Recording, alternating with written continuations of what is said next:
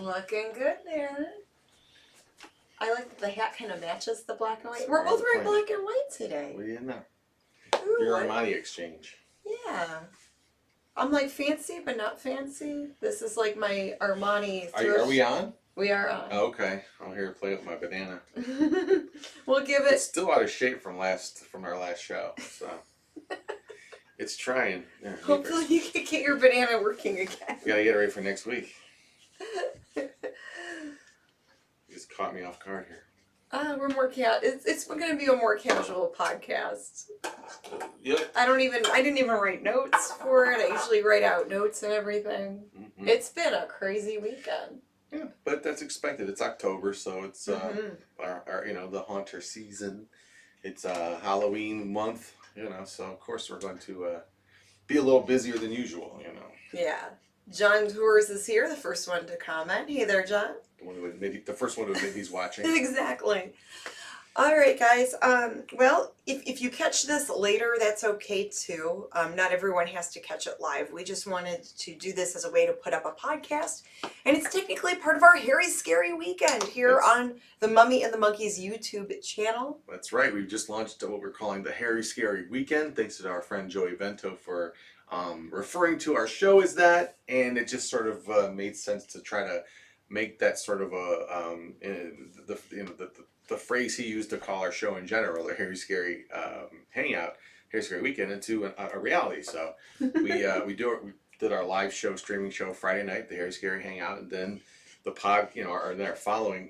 our follow-up show, our wrap-up show on YouTube, the Hairy Scary Hangover. Yeah. And last night you put together our first Cinematary Saturdays with a Z. Cinematary Saturdays. 11 p.m. You put a movie together. Put together the silent Dr. Jekyll and Mr. Hyde movie.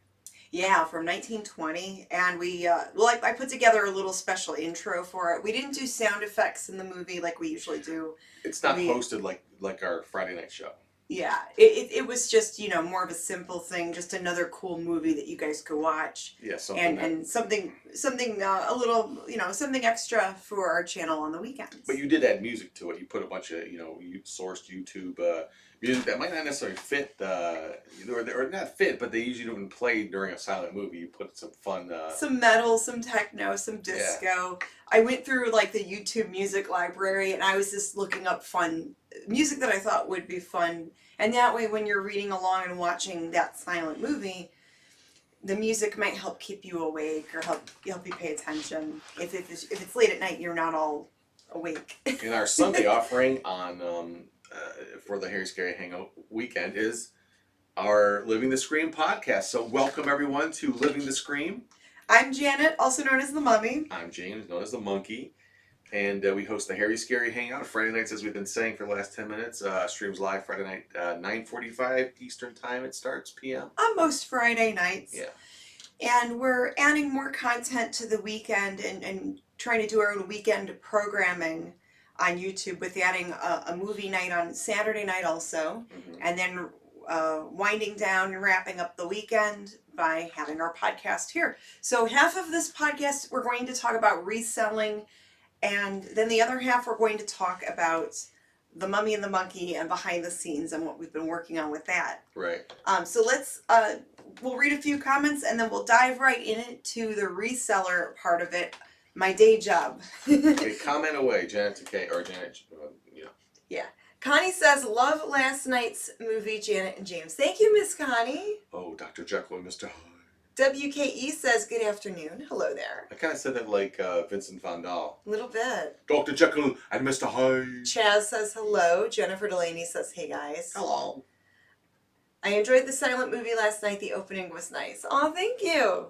Yeah. We just thought it'd be goofy to have a silent intro to go with the silent movie. So I just took random footage of us. And was there an outro to it as well, or no? I think I just added our logo at the end. Oh, okay. With the music, and then just kind of All right, I didn't check out the whole production. But I think moving forward, we'll do like an intro and outro and maybe a middle part for the movie. That could be cool to throw in. Just so it's not, it has more of us involved in it. Yeah, so it's more Mummy Monkey branded. Yeah. Movie and Toy Collector 13, hello there. Hey, thanks again for the wonderful gift that you gifted us at the Cinema Wasteland, which we opened Friday night. This amazing Zachary action figure. It's awesome. It's so cool. I love them. That same company's putting on a new Elvira one as well. Are they really? Mm-hmm. I think we need to get the Elvira one, and then we have to put them on the shelf together like they're dating or something. Yeah. Like, wouldn't they be cute on the shelf together? Would or they're just really good friends. My dear be jealous? Maybe, oh yeah, maybe they're just really good friends. Okay. Yeah, he would always talk to his wife, my dear. Yeah, she was always in the coffin. Like, yeah, in front of him all the time on the set, and it's kind of funny. That's great. I never saw her, but he always referred to her as my dear. My dear. All right, so the eBay part of things, because that's what pays the bills, that's how we eat. And then you do graphic design work. So we both do eBay. We each have our own eBay store, and that's where like 90% of our income comes from eBay and your job. Yeah, let's go ahead. Can I mention one thing? Like, sure. So there's a question like, why do we have? It might be a question, and even we question ourselves, like, why do we have separate eBay stores and accounts? Well, I think part of it is that I love doing the sourcing. I love going hunting, and I actually like listing and everything too. I like the whole, it's kind of like a side hustle for me at the same time as it being semi-full-time, because I do the graphic design. But when I have a lull in that, I can focus more on my eBay stuff, and it's something to do, and it actually generates money. Mm-hmm. It's as opposed to maybe me drawing in sketchbooks until I get another gig, because that doesn't pay any bills. So eBay, it kind of comes like natural, because I love going out and buying stuff, and I think I have all my life, and it's nice to be able to just sell it as well and not hold on to it. But we kind of talked about that. I think it's nice that we each have our own store, because then we can each account for it. We each have different tastes in how we source. Yes, big time. We each have different views on how we handle our own store. Sometimes I run coupons or sales. Sometimes you might send out offers, or you might accept a lower offer than what I would accept. So we have different styles when it comes to managing the store as well. Not necessarily. I'm sure I don't know why you say that. Well, like you told me the other day that you accepted a lower offer for an item. A shirt that I suggested that you countered it for a little bit more, but yeah, but it was sitting, but I factored in why I accepted the offer. I mean, I paid probably $1 for the shirt. Mm-hmm. I had it up for $200. It was a concert shirt from a band, a very obscure metal band. I had it for $200. Been sitting for a while, probably for at least a year now, and someone offered me $75 plus the shipping they'd pay for it. Wasn't free shipping. Yes.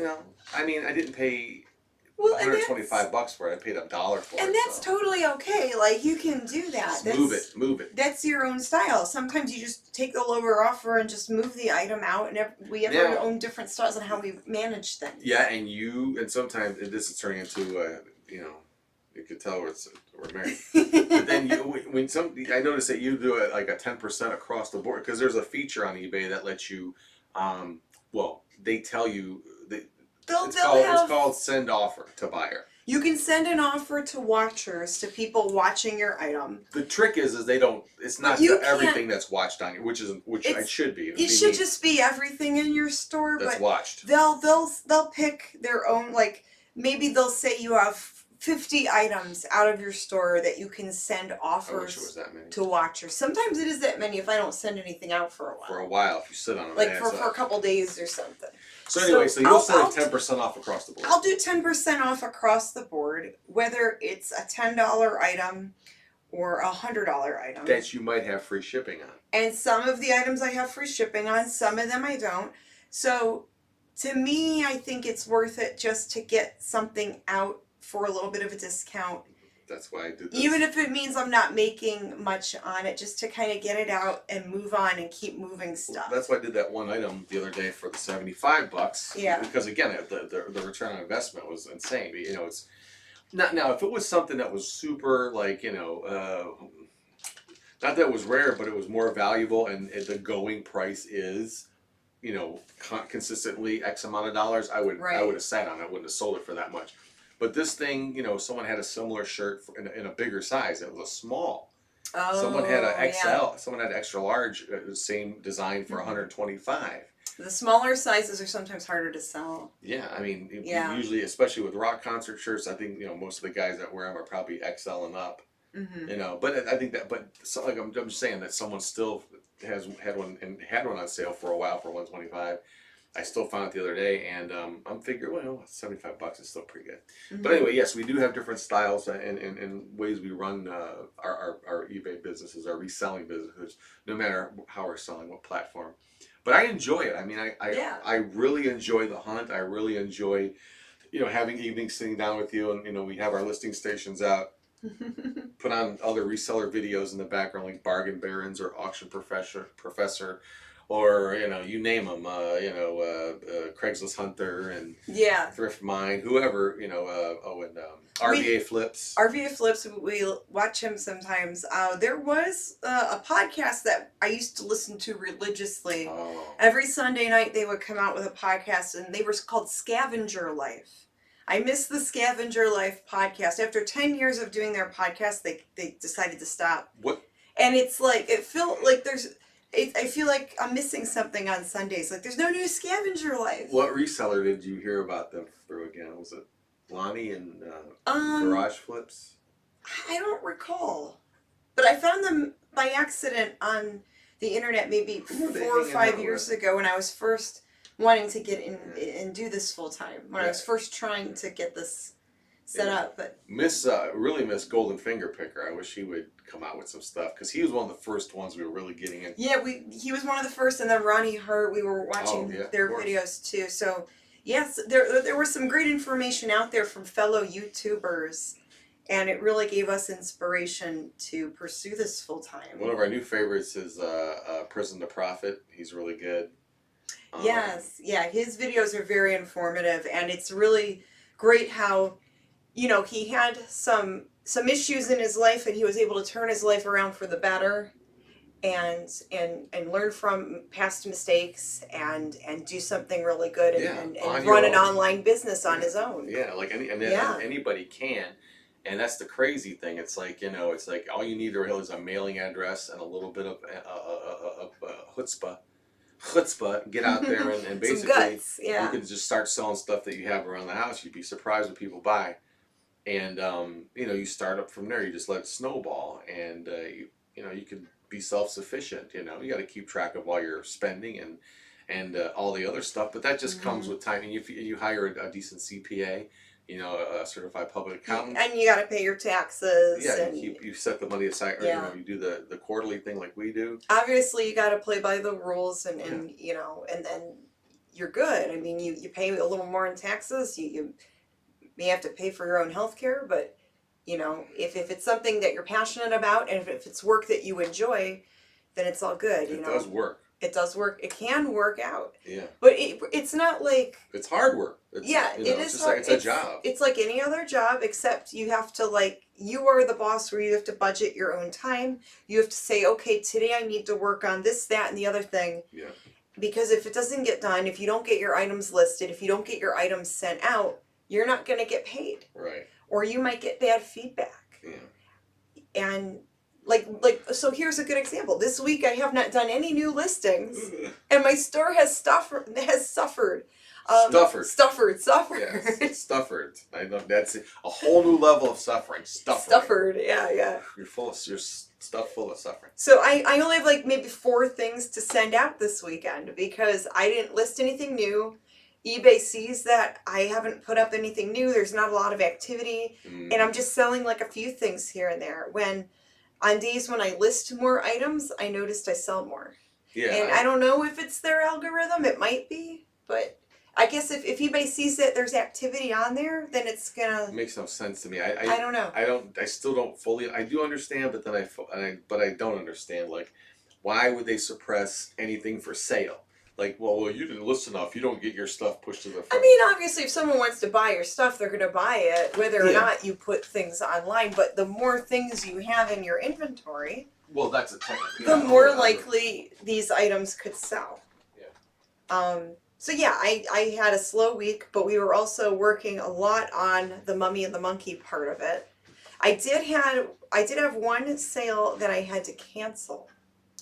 And I had to cancel because the buyer requested it. And it was a good sale too. It could have been a good sale for me if this buyer didn't want to cancel, but they did. Are you gonna talk about your dog story? Yes, so I have a really wacky story. This is the strangest story. I have one request. I think this is the strangest thing that happened to me on eBay ever. I've got one request though. Yes. When you tell it, do you remember your actual wording of the listing?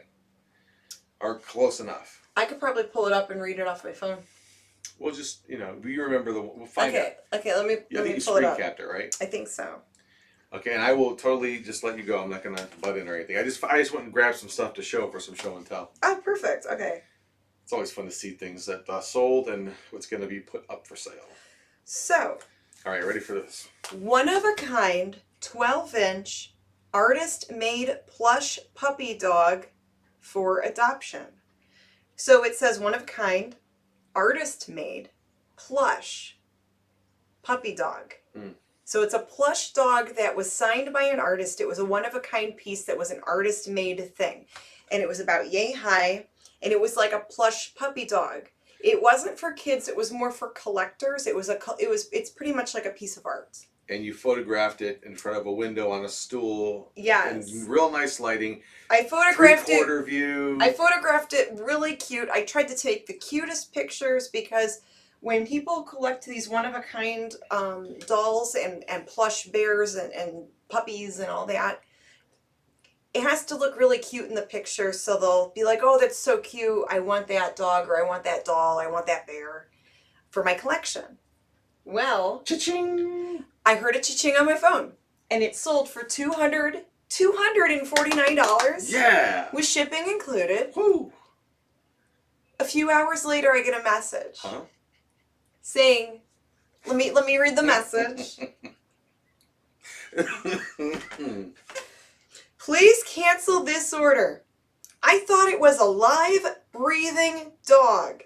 I don't need a stuffed dog. Thanks. No, you skipped off. Well, no, there was one more before that. The best part. So before that, I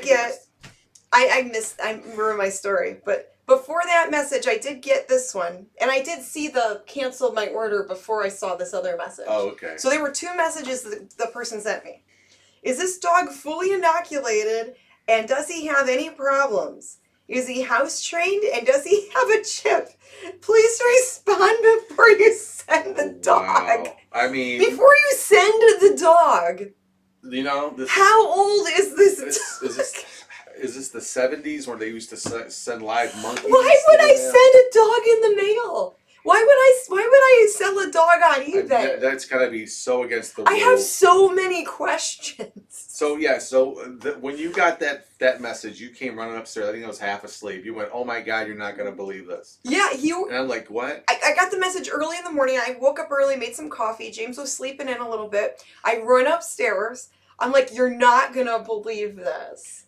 I was in shock. I could not believe he thought he was buying a real dog. I apologize. I said I wouldn't interrupt what you, in the actual? I know. I just thought it was kind of just wild. I mean, why would you think that's? I guess my pictures were so good they thought it was a real dog. Yeah, and I told you, I said, you got a killer story for the next podcast. Man, this is like the best. There's nothing. I know you didn't get the sale, but so there goes that sale. I lost a $250 sale. But have a great story because he thought it was a real dog, and then was sad that it wasn't a real dog. What? So I did respond back to him, and I did say, yes, I will cancel the order for you. Please go to your local rescue place. Go to your local animal shelter to adopt a dog. I said, please do not order a dog off of the internet. Yeah. So I hope that this person learned to not buy a dog off the internet. Yeah, go and actually adopt a dog that needs a home. Yeah, we wish this guy all the best in the world. Hopefully he gets the dog and the companionship he's looking for. Yeah, I really hope things work out for that person. Yeah. But it was like, wow, why would you buy a dog on the internet? We're not laughing at him. whoever this person was. He was obviously very confused. But he really wanted to do it. And he really wanted a dog. So I went and looked at your thing, and at first the photograph is amazing. It looks like a little puppy sitting in a window, because it's an artist made, handmade, sculpted to look just like a dog. So that must be I guess I'm just good at taking pictures. It looked like a real dog to him. Kudos to your photo acumen, but it was also the wording, for adoption. Well, it also says in the same title, 12-inch plush. Yeah, I know. Artist made. But he like hyper focused on adoption. He saw the adoption part. He saw the picture. Yeah. I want this puppy dog. Any comments on this? It looks like I can't. I don't have my glasses. Happy Sunday, Tibor. Okay, happy Sunday, MummyAndMonkey. Hey there, guys. John says, hello there. I enjoyed your show last night. Are there any more planned? Also, if you plan a Halloween show, could you show Spaced Invaders or some themed cartoons like Milton the Monster? Those are good questions. Well, I wish we could. Yes, we are going to do more Saturday shows. We're not sure on the cartoons because some cartoons we could probably show, some we probably can't. We're looking into all the possibilities, and that's another avenue. I know this is talking more about the show, but I might forget to bring this up. But the premise for the Saturday night show is to open up the offering, because our Friday night show is usually horror, sci-fi, B-movie type genre.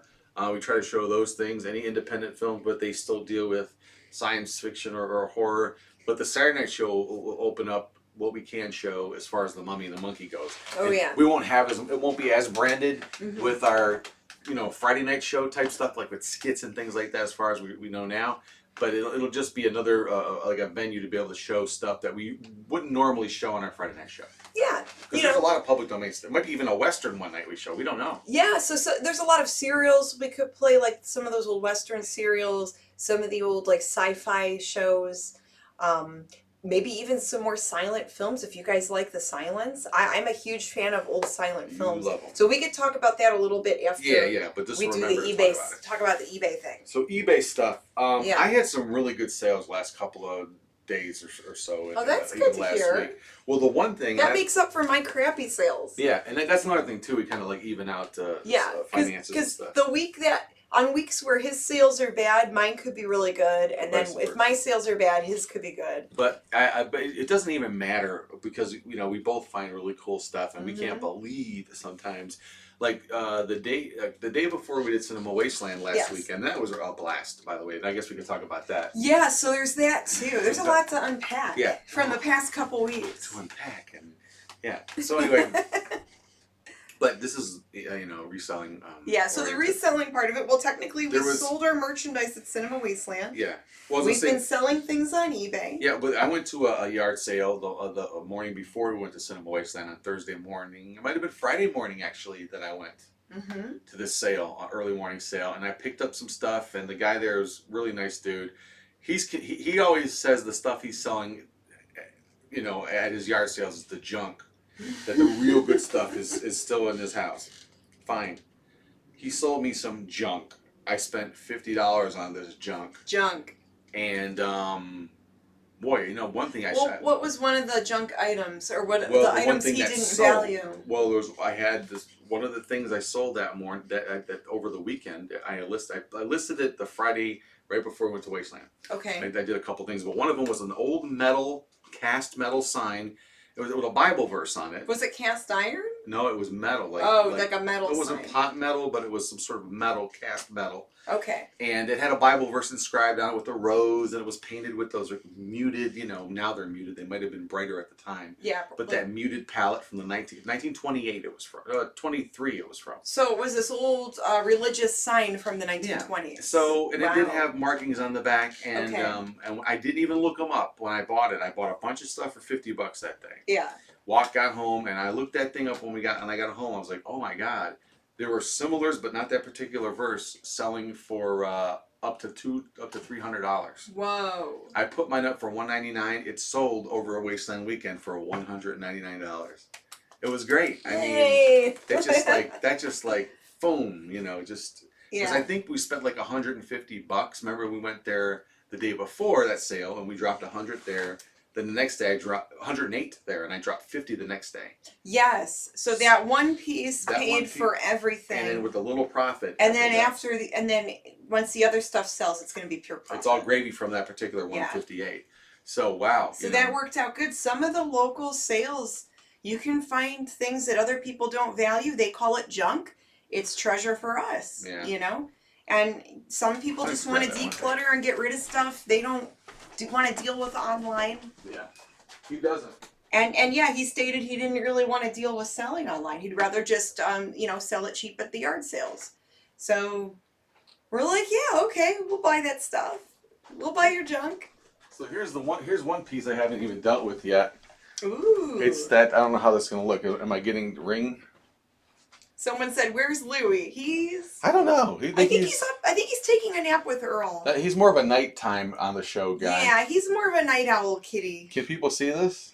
There is a ring light on there. Should I tilt it a little bit? Tilt it. There you go. But that's from the 1800s. Yeah. Can you read that? Because I don't have my glasses on. Yeah, it says, it's the New York Herald. Death of the President. So this is when Abe Lincoln, I guess, was assassinated. Well, read the date and everything. It is from April 15th, 1865. Yeah.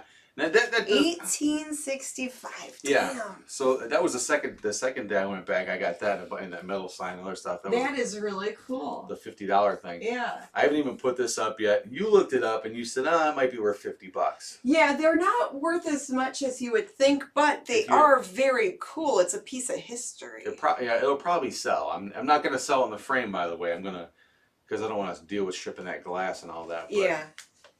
So the frame looks old too. The frame is kind of cool. Yeah, I think he said he threw it in this frame, but just to protect the paper. Yeah, that's okay. Right. There. But yeah, I mean, some cool finds. Yeah. For sure. And then I have some clothing pieces and some jewelry pieces that I picked up at a Savers.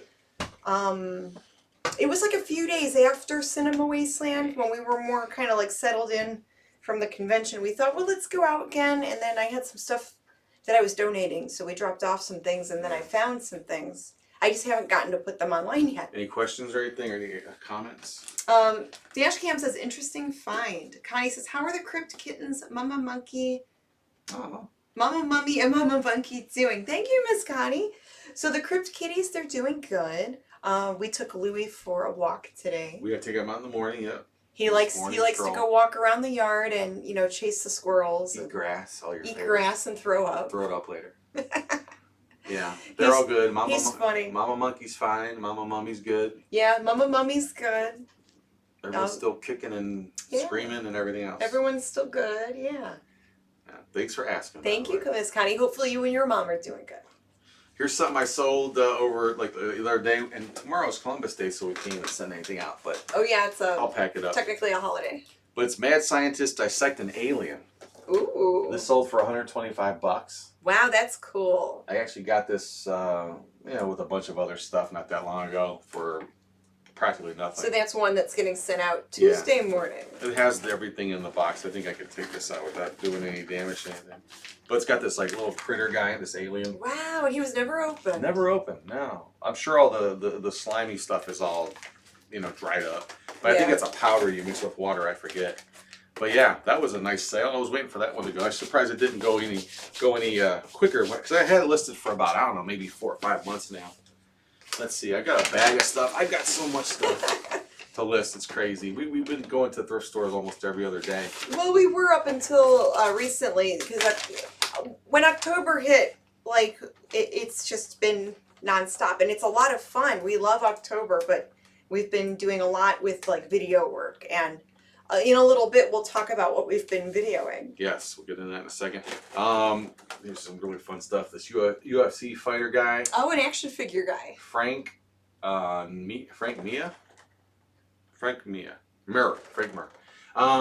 This was $6. I mean, this one we go to sometimes is kind of expensive. But when I didn't find a comp on it on eBay, just kind of scanned it in, it came up $50 in the box. So I think I spent too much. Oh. That's kind of just nothing. What else did I get? This is for us. I clean them up. But A Halloween tray. It's like a bat. a ceramic bat Halloween put candy snacks in. tray. Some box for photographs. Oh, a Diet Coke sign or a tin. A vintage sign. That's pretty nice. That's cool. Tray. Yeah. There's a lot of weird Coke collector people out there. Stuff for my Grimm Gorri, my blackjack, and I'll put these gray wings on there. For arts and crafts. Yeah. Yeah. That out. Anything else really good? I don't know. These T-shirts. Oh. What? Bad Religion T-shirt. Yeah, the band shirts can be good. Someone tried to hide this. It was like kind of hung up funny between this T-shirt rack and the coat rack. Oh, like they were going to come back for it or something. Yeah, but it was. I mean, they're $4. You can't grab it. You know, it might be $30-$40 right there. That's good. Anything else really fun and cool there? This is a weird, maybe something to look out for. It's called Turbo Negro. I don't know what it is, but it's a really weird thing. And these T-shirts are good. Oh, okay. They're good. I never. Yeah, I'm heard not of them. familiar with that brand. Yeah. What else? Anything good in here? It's all good. It's all gold. Trust me, right? That's why I want it. Not bad.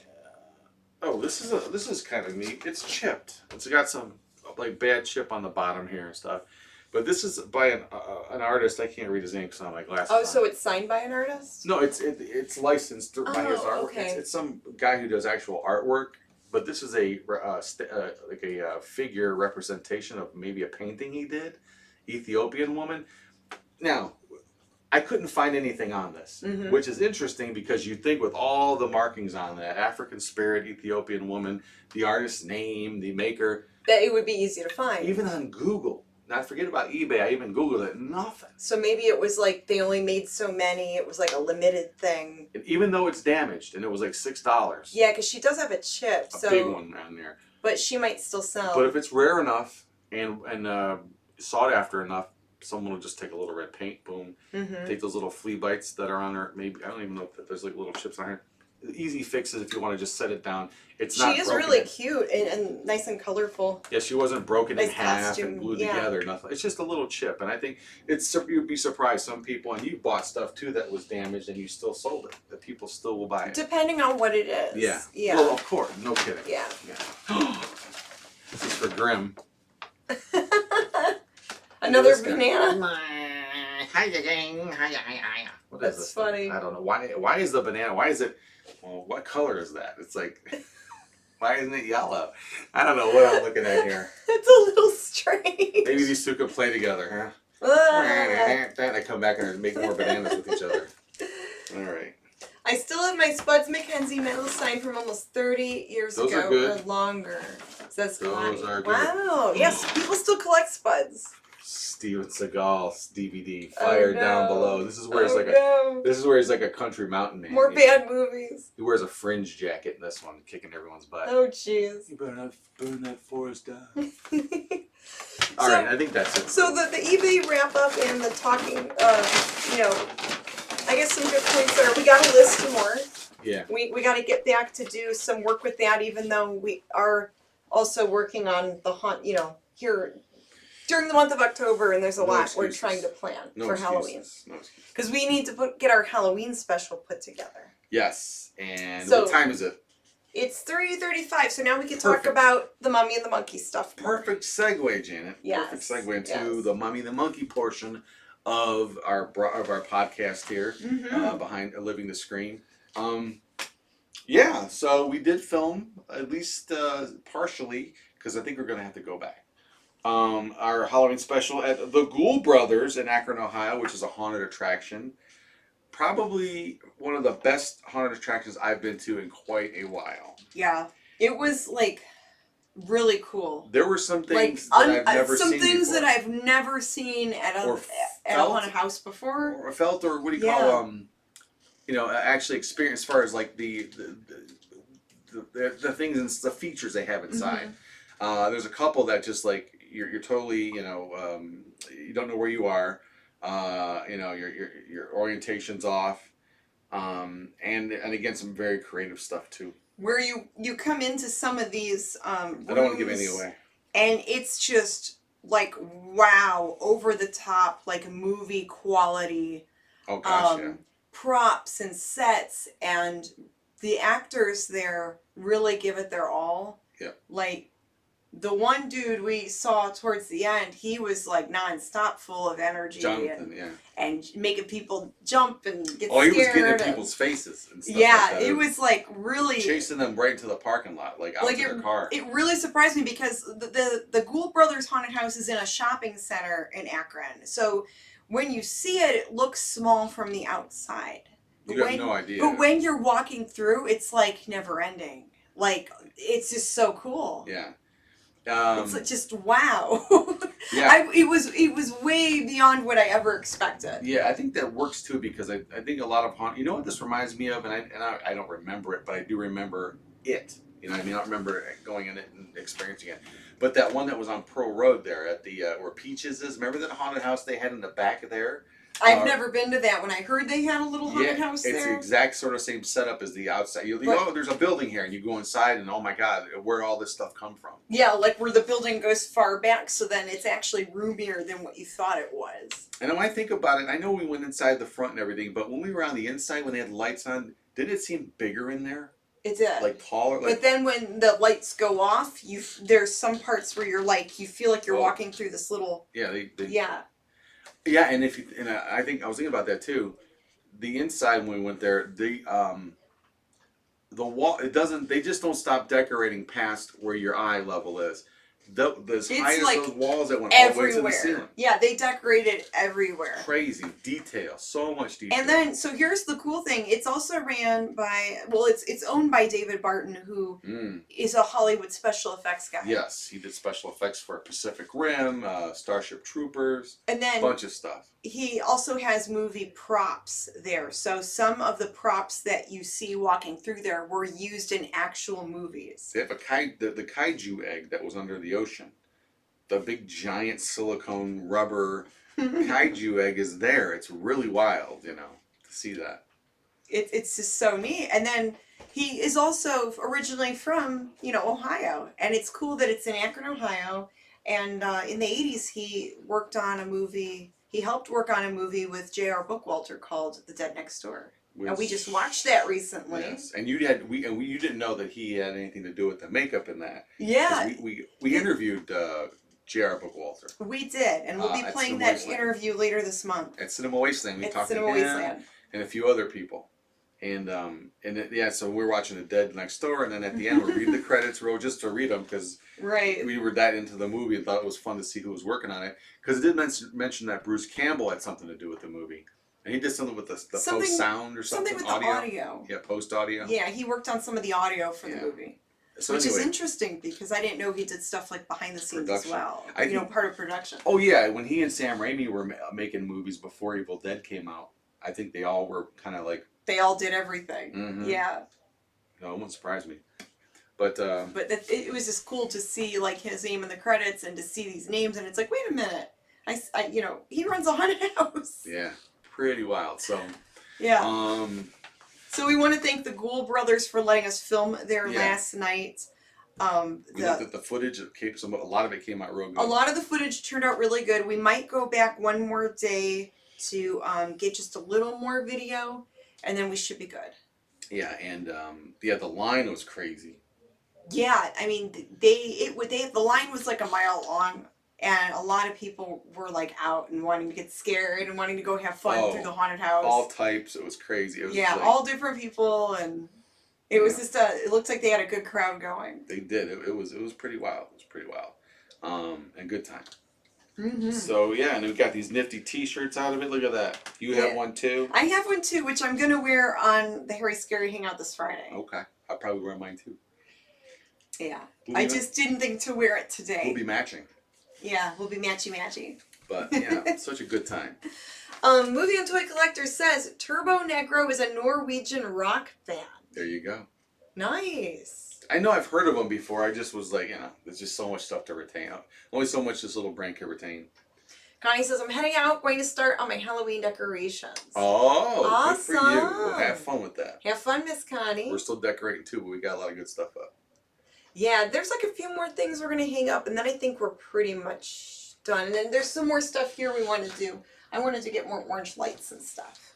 And even though we love Halloween and we're decorating for it, we're looking forward to it being over so we can paint the accent wall and hang up that cool artwork we got at Wasteland. Oh, you can show that? I'll go get that. Okay. You keep talking. Yeah. So good time, and the Halloween special is coming together pretty well. We shot, like we talked about, we shot a lot of footage at the Ghoul Brothers. Intros, outros, things like that. Interviewed a few of the people. Got some crowd reaction, things like that. The movie is, I don't know if I think we're gonna. Can we talk about the movie? Yeah, we'll just announce it and make it official, and then we'll share it on social media later. So the Halloween special will air on Halloween night, Sunday, October 31st. We're gonna stream it the 31st. Right? You said Halloween night, correct? Or I said Halloween weekend, but I didn't know. Oh. We decided on a day. Oh, doesn't matter to me. I thought maybe on Halloween night we're gonna show it. We could show it Halloween night. Why not? It's up to you.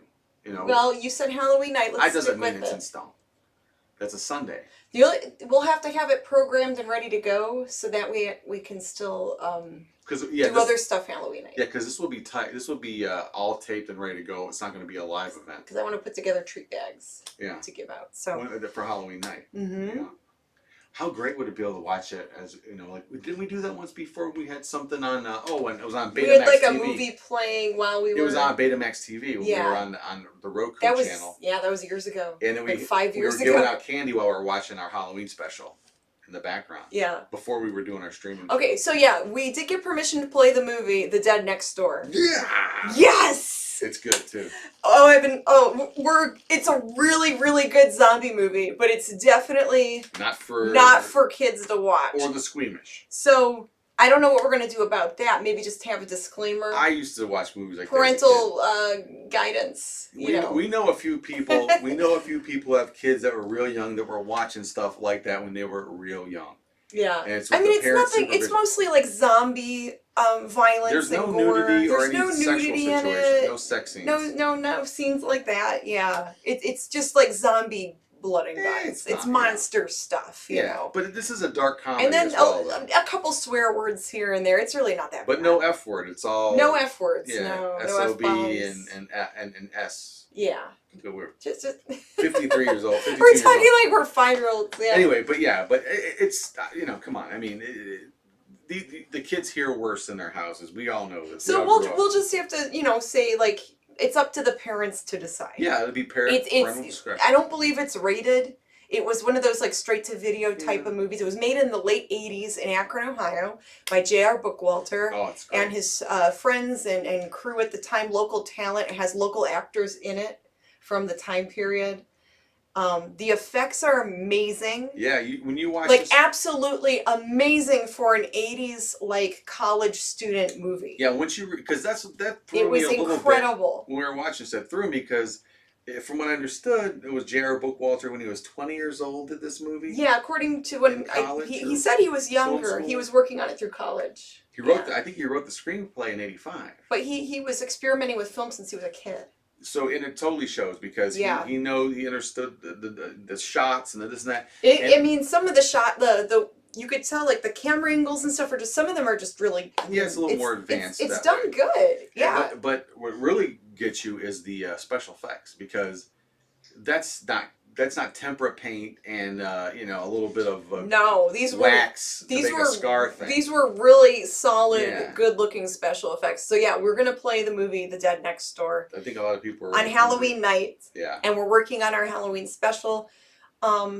For Halloween weekend, I don't believe we're gonna do a Hairy Scary Hangout. I don't know. Maybe just do the Halloween special. I don't know. We have to figure it out. We're not 100% sure on that, but that stuff's a little blurry. We're still trying to figure everything out for the last week. Last weekend of October. There will be some sort of Mummy and Monkey Halloween thing going on Halloween weekend. So that's for sure. Yes. One way or the other.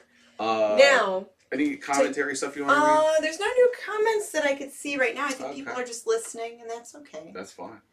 Our stream is still here. We're still on. Yeah, we're still on. We're good. Okay. Cool. If you guys have questions for us, you can feel free to ask You're going through the Wi-Fi then. You must, because I didn't. Yeah, we're just going through the Wi-Fi. Good. Okay, so these are some things we bought at Cinema Wasteland. These are really cool art pieces. And who made those? Do you remember the artist's name? It's written on the back there, I thought, no? Was it Conant? Chris Conant? I forget his first name.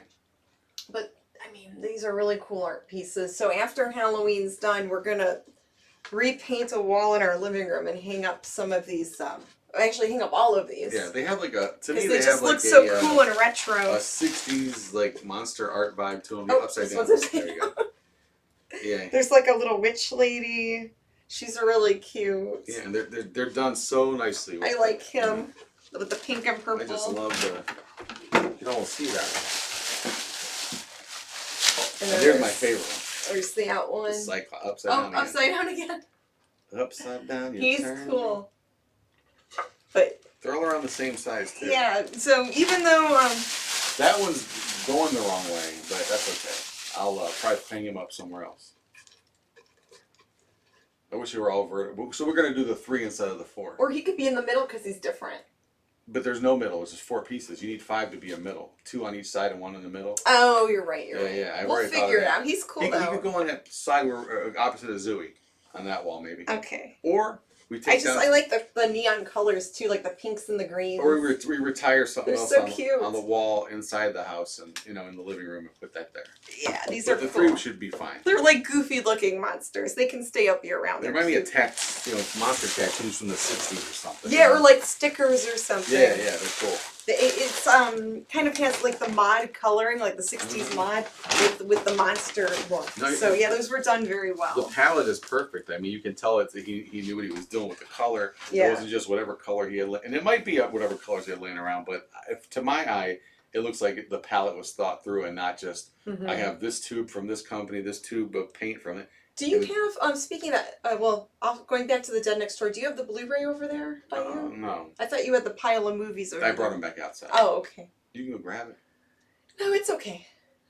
It's all right. But yeah, we're excited that we're going to be playing that movie for Halloween and that we had permission to air it. And there's another movie maker. So we're really grateful for that. Yeah, Addison Binnick. I think that's how you pronounce his last name. Addison Binnick.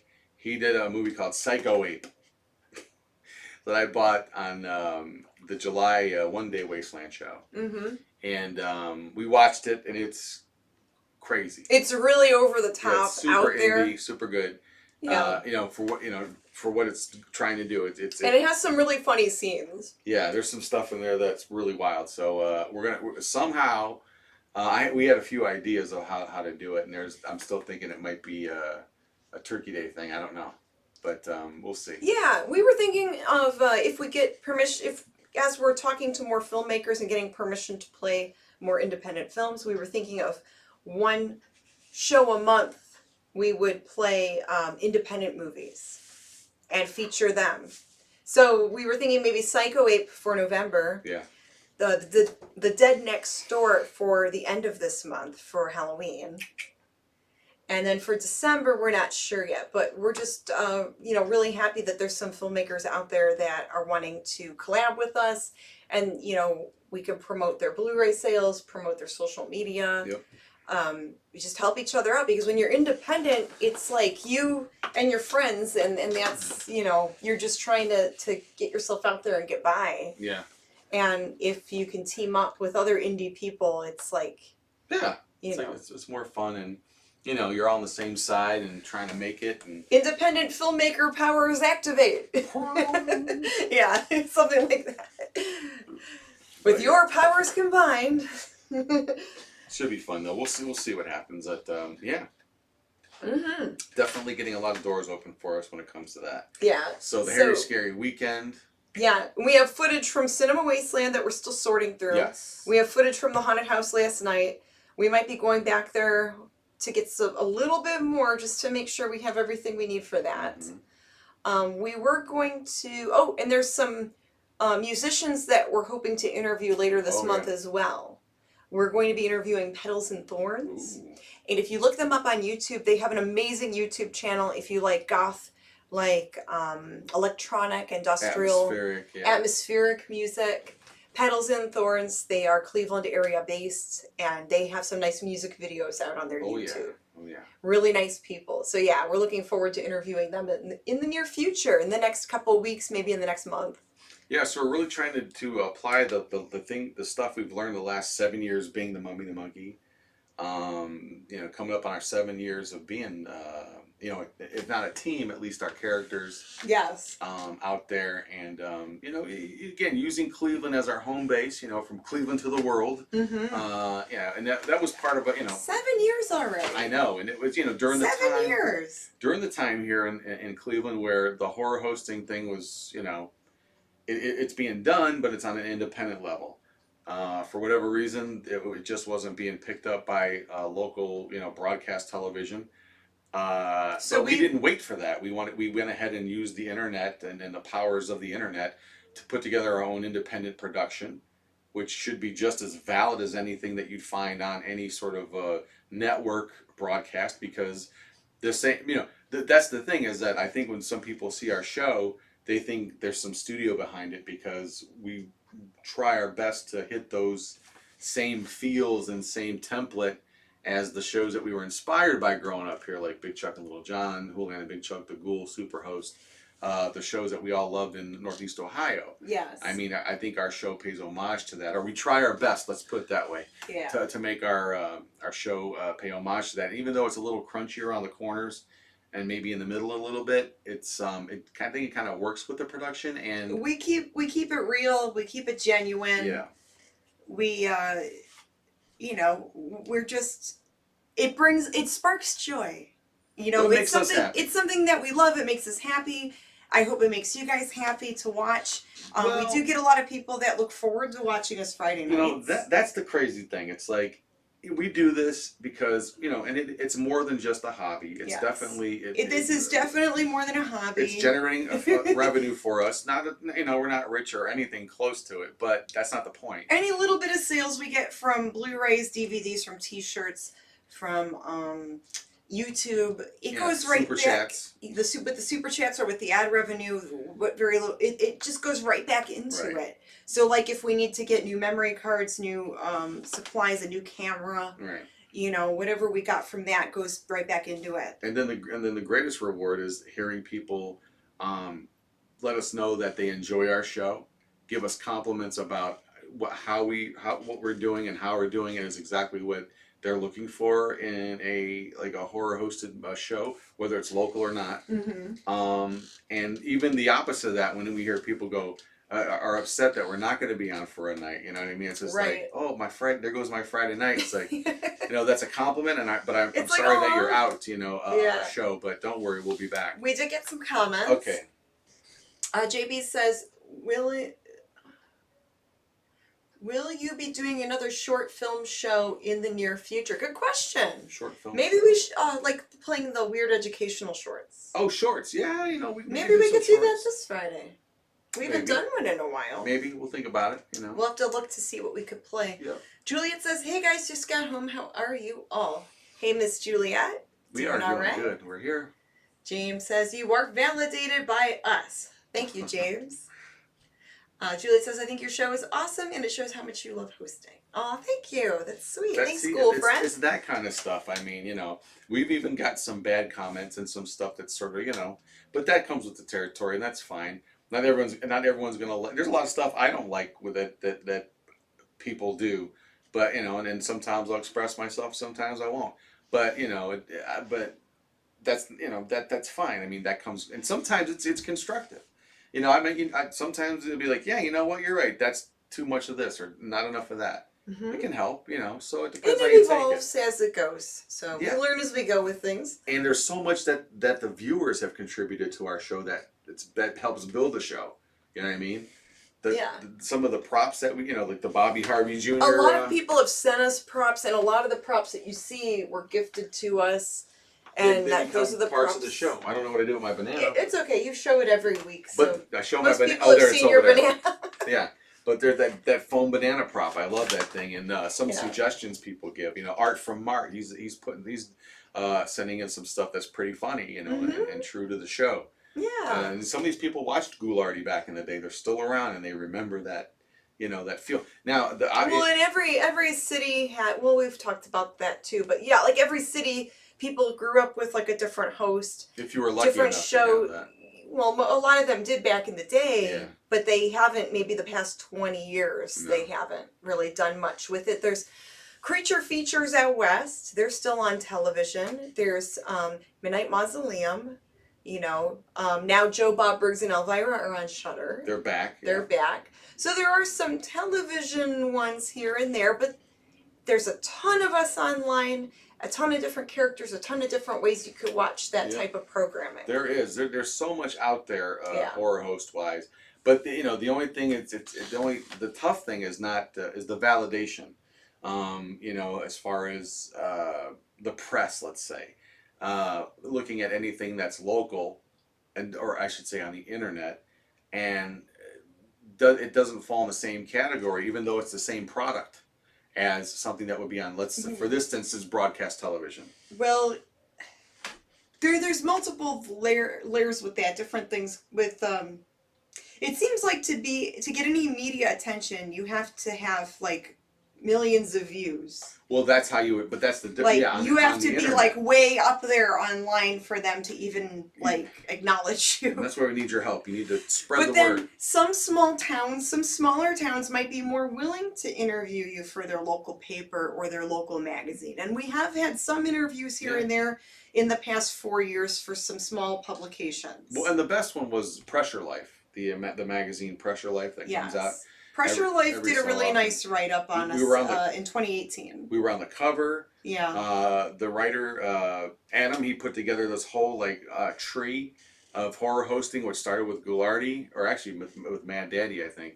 And it branched out, and it kind of branched down, I should say, into, the other horror hosts. And we got added to that. We were the last entry, the latest and last entry in 2018.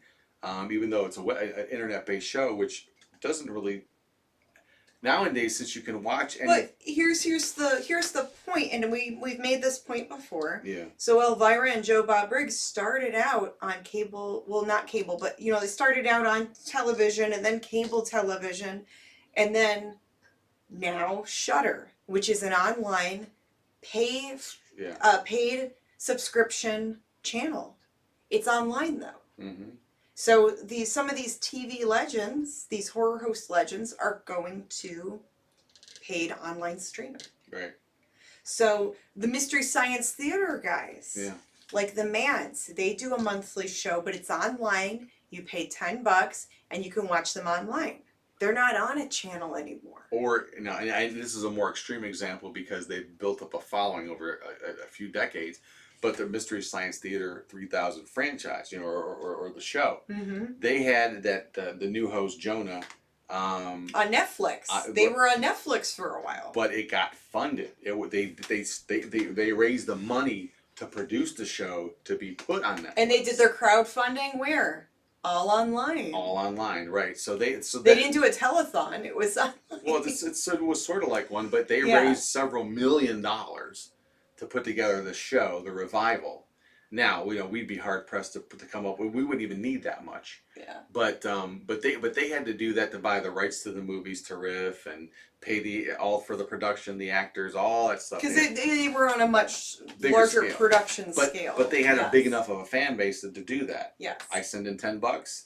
Me and several 100,000 people do. You got millions. You have the money. It's the natural progression of things. A lot of people are using online streaming services. Right. They didn't wait for a network to come by and say, "We'd pick you up and put you on our channel." No, with anything that you're passionate about, whether it's cooking or vlogging or reselling or horror hosting, acting, singing, whatever, go out and do it. Yeah. Go out and enjoy it. Do what brings you joy. Yeah, but the only And then later on, you could build it up and maybe get acknowledged by the media, or get a record deal, or have a huge online following. Whatever platform would work for you. I mean, for whatever it is you're doing. Yeah, I mean, we. Everything's so different now. Yeah, and there's more options now than ever before. Right, and we're more in control this way of our content and what we do.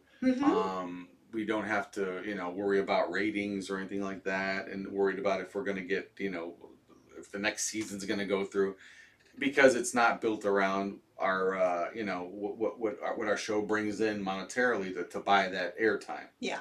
Now we're gonna have to wrap this up in a few minutes. Why? because it's after 4. I know. So. It's usually an hour-long podcast, but let's read some comments and Yes. then we'll wrap it up. Yeah. So thanks, guys, for hearing us babble. Well, that's what we're here for, not to stare at the camera. I'm just saying it to be silly, okay? You two do a great job and certainly keep it real. Thank you, Jem. Maureen says, hi, everybody. Hi, Maureen. Hello. Hello. James says it's small enough to be interactive and make your fans feel like they are part of it. That is huge in making it grow and work. Yes, and that's what we want to keep. We want to hold on to Thank you. We that. like that people feel a part of something. That you can hang out, you can chat, you can have fun, make fun of the movie. Well, and from my experience in product design and things like that, it's what differentiates your product from the next thing to make it different. Because if everybody does the same thing, the same format on the same platform, it just becomes regular, or just.